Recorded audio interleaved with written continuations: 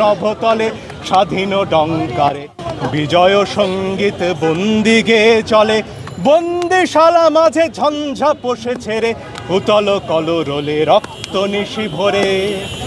জয় হে বন্ধন মৃত্যু ভয় হর, মুক্তিকামী জয় স্বাধীনচিত জয়। জয় হে বন্ধন মৃত্যু ভয় হর, মুক্তিকামী জয় স্বাধীনচিত জয়। জয় হে, জয় হে, জয় হে। একজন মানুষ, সে শিক্ষার্থী, কি অপরাধ তার? একটা মিছিলও তারা করেনি, মিছিল করা আমার অধিকার। এসে দাঁড়িয়েছে আমার বোন ভাই, তাদেরকে তুলে নেওয়া হবে কেন? কি অধিকারে?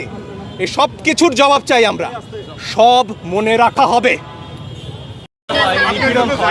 তখন তো আমরা চুপ ছিলাম। কল্পনা চাকমা অনেক আগে আমাদের বলেছিলেন যে একসময় সমতলে এই নিপীড়ন নেমে আসবে, সমতলে নিপীড়ন নেমে এসেছে। কতদিন চুপ ছিলাম? আমাদের সন্তানদের, আমাদের ভাইদের রক্ত আমাদের সবার হাতে রয়েছে। আজকে এখান থেকে কোনো মিছিল শুরু করে 6 জন ছাত্রছাত্রী এসেছেন, বিশ্ববিদ্যালয়ের ছাত্রছাত্রী, মেধাবী ছাত্রছাত্রী, দেশের সম্পদ তারা। শুধুমাত্র তারা ছাত্র, এই পরিচয়ে তাদের তুলে নেওয়া হয়েছে।